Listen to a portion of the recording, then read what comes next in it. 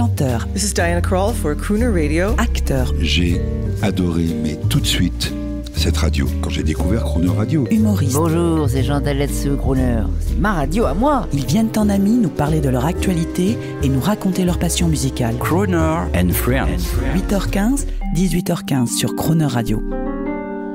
Pour la sortie de son nouvel album 70s, Danny Briand est au micro de Jean-Baptiste Tuzet. Bonjour Danny Briand. Bonjour. Ça y est, on est. Alors, c'est pas qu'on n'était pas de bonne humeur, mais. Non, mais le lundi, c'est toujours. Non, mais on était tiède. très sérieux lundi. Le lundi, ouais, lundi, mardi, Mardi, ça commence. un peu Plus on moins. s'approche du week-end, Oui. plus l'énergie monte. Oui. C'est pas que l'énergie Alors monte. justement, moi je voudrais me souvenir avec vous de l'arrivée sur les ondes et de celle de France Inter où j'officiais dans les années 91.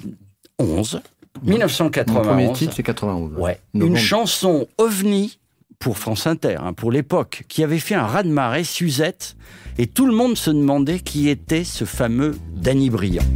Le jour où je l'ai rencontré dans une de ces soirées, j'ai même pas pu la regarder, tellement ses yeux me brûlaient. Alors, vous vous replacez à cette époque ou vous voulez pas en parler? Ah si, attendez. C'est un bon souvenir. Vous savez, quoi. si je suis devant vous, c'est grâce à cette jeune femme, qui s'appelle Suzette. Mais oui, qui existait vraiment. Eh bien, voilà, quand j'ai eu 20 ans, bien, mon rêve, ce n'était pas d'être chanteur, mais d'être acteur. Donc, j'ai été au cours Florent, j'ai rencontré là-bas Francis Huster, et pour payer mes cours de théâtre, je chantais dans un club qui s'appelait les Trois Maillets. Ah oui. Je demande à Huster Ça, oui. de venir me voir, il peut pas, il envoie son assistant qui s'appelle Gilles Cohen, qui est toujours d'ailleurs metteur en scène et acteur.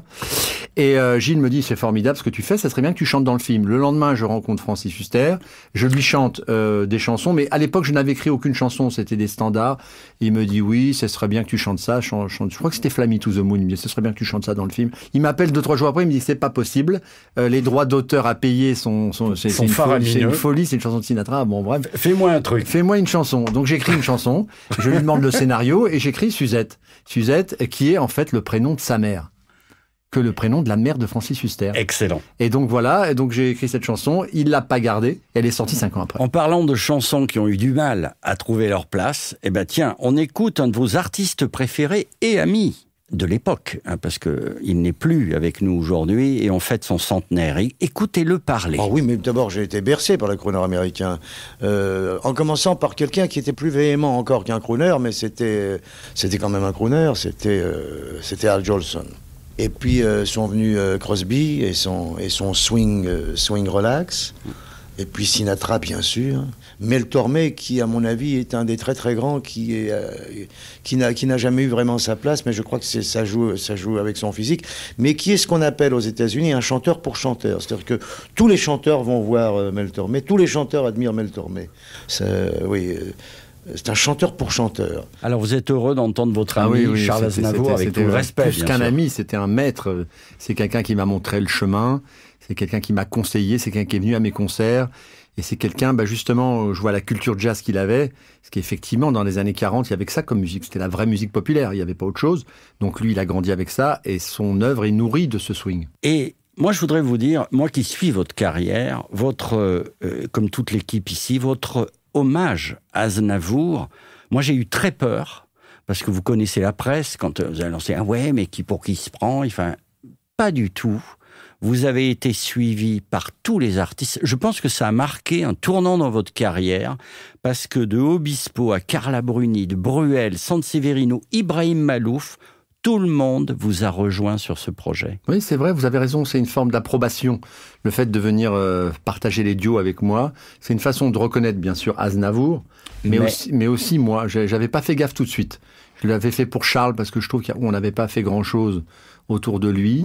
Et je me voyais un peu comme un messager pour dire voilà mon amour pour Charles. Et c'est vrai que tout le show business, en tout cas les plus grands, ceux à qui j'ai demandé de venir, sont venus. Et Aznavour, dont on célèbre donc les 100 ans de la naissance, là, il a dû vous donner des conseils avec son accent inimitable. Oui, il m'a donné plein de conseils. Il m'a donné des conseils sur mes textes. Il m'a donné des conseils sur ma tenue de scène. Il m'a donné des conseils sur le fait de durer. Il m'a dit pour durer, il faudra pas faire que du rythme. Il faudra aussi être dans la tendresse. Il faut savoir chanter des chansons tristes aussi. Enfin, il m'a donné plein de conseils. Je les ai tous suivis. C'était un grand ami aussi de crooner. Pas de crooner radio, il la connaissait pas encore, mais il a été au tout début du projet, il était là, il a toujours aidé. Et alors, le conseil, il me dit, faut pas parler anglais. Ça vous va pas.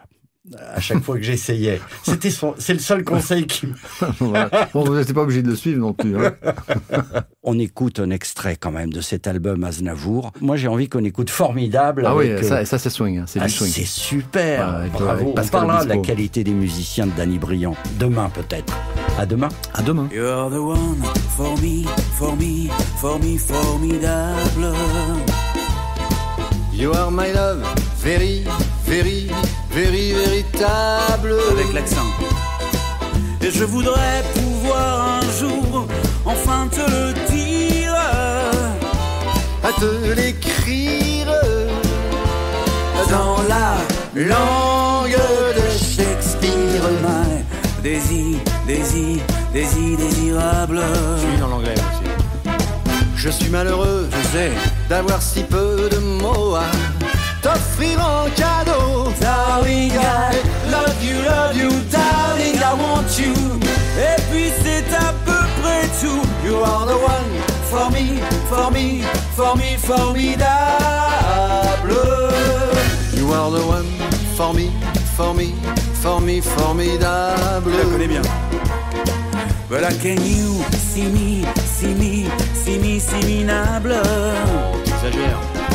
Je ferais mieux d'aller choisir mon vocabulaire Pour te plaire, dans la langue de Molière. Toi, tes eyes, ton nose, tes lips adorables. Tu n'as pas compris, tant pis. Ne t'en fais pas et viens-t'en dans mes bras. Darling, I love you, darling, I want you. Et puis le reste, on s'en fout. You are the one for me, formidable. Je me demande même pourquoi je t'aime. Toi qui te moques de moi et de tout, avec ton air canaille, oh canaille. No,